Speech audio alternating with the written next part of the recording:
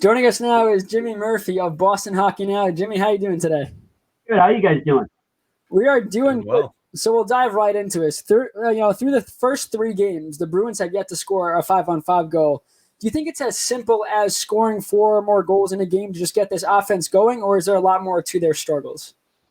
Um, it's a mixed question there because I think a lot of people are wondering why Don Sweeney didn't do something about this before the season began, because it was pretty well known and well documented for the last 2 to 3 years that they've had secondary scoring issues.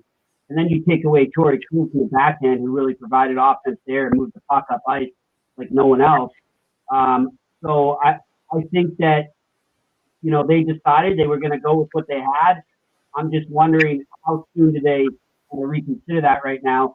And yeah, of course, if they go out tomorrow night against the Flyers in their home opener and they pop in 5 goals, and a guy like Jake DeFrost maybe gets 2 of those and gets the monkey off his back, then who knows? But the problem is a guy like Jake DeFrost and so many other secondary forwards seem to have that monkey living on their back for the past few years. And I think the main thing is eventually they're going to have to go external to get some scoring help should they choose.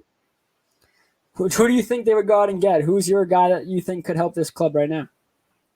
Well, it's interesting, right? I mean, I say, yeah, they need secondary scoring up front, but I'm of the belief that really it all starts in the back end. And I think that's kind of where they're trying to model their team right now. They brought in those young D guys who are naturally good puck movers, but obviously are raw as well and don't have much experience. So it's a tough choice here. He's targeting a second line right wing, which I know they really want. And I think that you should also mention as we speak about this, it pops in my head here. Bruce Cassidy just told us today that he doesn't know when Andre Cross is coming back, and they're still terming it as an upper body injury. But let's call it spade a spade and say the guy's most likely to get a concussion. He's had a concussion history, so this isn't good news for neither the Bruins or Andre Costa in his career. He just hasn't really been able to get it going here because of injury since he arrived last February. And, maybe that makes Sweeney look more up front there. They are satisfied right now with the way the young guys are doing. So based on those two factors, I would say that he's looking for scoring help up front. But, are we talking, is he going to try and pull off a mega deal and go out and get Pierre-Luc Dubois or Patrick Laine? I don't know that the Bruins have the assets in their arsenal to get that right now. I really don't.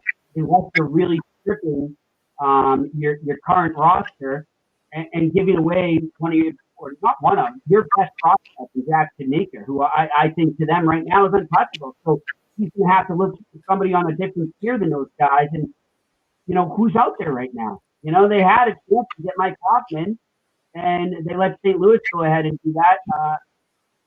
I don't know. What is the answer? I don't think anyone knows that right now for the Boston Bruins. Well, you speak about their defense, and it's impressed you. What can you say about these young guys? Because, they lose Char and they lose Krug, and I know Char with age, but he's still a reliable defenseman. Krug's a great puck-moving defenseman. They're allowing 1.67 goals against, which has been great. Tuukka's played a big part, so has Halak. But what have you seen from this young defense? Well, what I've seen is actually what I didn't expect. Like I said, I felt like a guy like Lauzon or Zaboro, and even if they eventually use Vakanainen, all guys that I think are good at moving the puck. But I wasn't expecting how good they've been in their own end. And I think Jeremy Lauzon is the best example of that right now, playing up there with Charlie McAvoy in the top pairing. And I'm not putting him anywhere near the level of Fernando Char.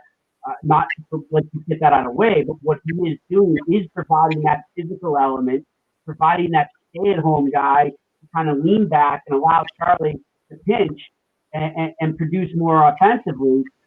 So I think it's been a good blend there up front. And then, I'll give Zabor credit. I'm not the biggest fan. I think he was not a good draft pick for where the Bruins took him in 2015. And of course, we could dissect that whole draft of Bruins in over 3 episodes with how bad they fought that. But I get a lot of reports from scouts, that watched him closely in Providence, and they're not too high on him.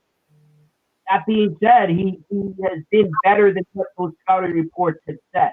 So I think that's a good thing. And I think Matt Grzelcyk is really stepping up into the role of I don't think he's going to replace Torrey Krug. I think the Bruins didn't realize that, and that may end up being one of their biggest mistakes, that nobody will replace him.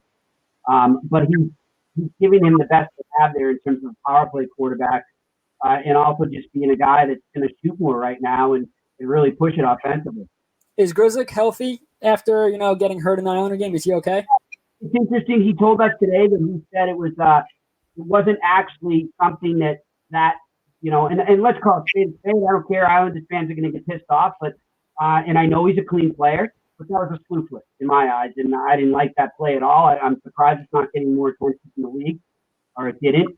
It never will now, obviously, but I think that was a slew foot. But he said his injury wasn't a result of that. That just re-aggravated it.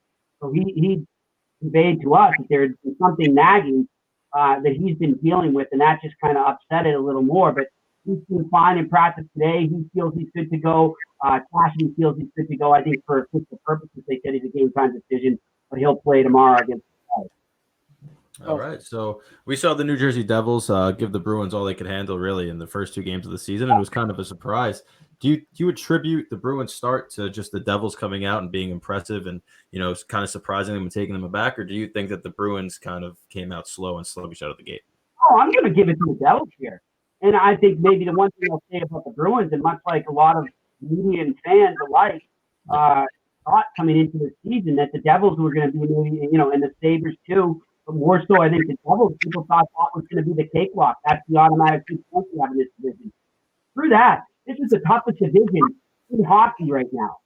Hands down. And anyone that says otherwise is not really paying attention to the game. This is the toughest division right now. And let's not forget that the Devils are 2 years removed from playoffs, okay? And now they got a TK Subban coming back with probably the biggest chip on his shoulder we've had since he was traded to Nashville. All right, he's motivated. He's really showing in his play. He's blocking up the minutes, and he's really becoming a block of the last step for Lindsey Ruff on the blue line. And then you got a guy like Miles Wood, who all of a sudden is trying to be the next Tom Wilson, and he can chip in offensively, and he can drive the opponent nuts, and he can play dumb when he rushes the goalie and get away with it. Devils and Jack Hughes. Let's not forget what he did last night against the Rangers. So he's starting to look bigger out there. So there's no easy team in this division. Maybe the Bruins were a little guilty of that. I don't think so, because I saw them play a very structured game. I think it just goes back to what we started this conversation off with their scoring woes. But give the Devils 100% credit there. They stepped up, and I like what I've seen from them right now. Yeah, so you talked about the East and how loaded it really is from 1 to 8. There is no easy game because even if the Sabres look like they're struggling, they still got some offensive talent there. So how do you think it's going to shake up? Do you think it's going to be that close from top to bottom? And that I know over the first 2 games we saw a lot of splits. We saw a lot of close battles. Do you think we're going to see that throughout the 56-game season? I do. And it's going to be interesting, what teams kind of, if you're a betting person or something. I do a handicapping show now, guys, called the Ice Guy. We're always trying to read the trends, and it's kind of interesting to look right now. It's very even split as to what teams are more defensive and what teams are going to cost. You put the Caps and the Penguins together for the last 15 years. We know they're going over. We know they're going to score. But now maybe you put the Devils and the Bruins together, or the Islanders and the Bruins together. Get some caffeine in you because you won't fall asleep, because this is going to be a very defensive struggle. So I think both ways, if they're trading goals or they're trading hits and goaltending, I think it's going to be a very tight division. And I'm looking forward to it, guys. I love the fact that they're playing each other, 8 times a year. I think we've already seen the bitterness grow between these teams, and it's only going to get better as we go on. Last question from us. So Derek Pastermak's out, obviously, and he's a big loss. But, hockey's not one of those sports where it's dictated on one player. But what is his loss showing you about the Bruins team and about their power player, about setting up in the zone on that top line? How big of a loss is he? And when he comes back, do you think it'll be right back to what we saw last year?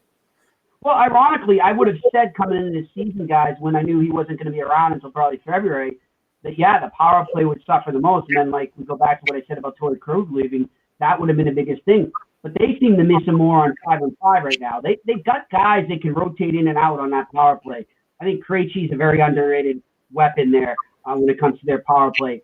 But you know, you look at them 5-on-5 right now when it comes to strict matchups, and they just don't have a right wing that, unfortunately, and you know, I hate to be blunt, but just can't match the intelligence of Patrice Bergeron and Brad Marchand and compete with or keep up with that, so to speak. And that we're seeing that on the ice right now. They're not finding the chemistry there. Jake DeBrusk, who I think can be a 30-goal scorer if he really found consistency. I don't know if he's ready to be on that line, but he has no choice right now, so he's going to have to step up and make that happen there. But that's where I think they miss him more 5-on-5 than they do on the power play. Awesome. Well, Jimmy, thank you so much for joining us. Guys, you can follow Jimmy on Twitter at Murphy's Law 74. Pleasure. Hope to talk to you soon. Yeah, to everybody in New York, stay safe, guys. Happy hockey. Thank you.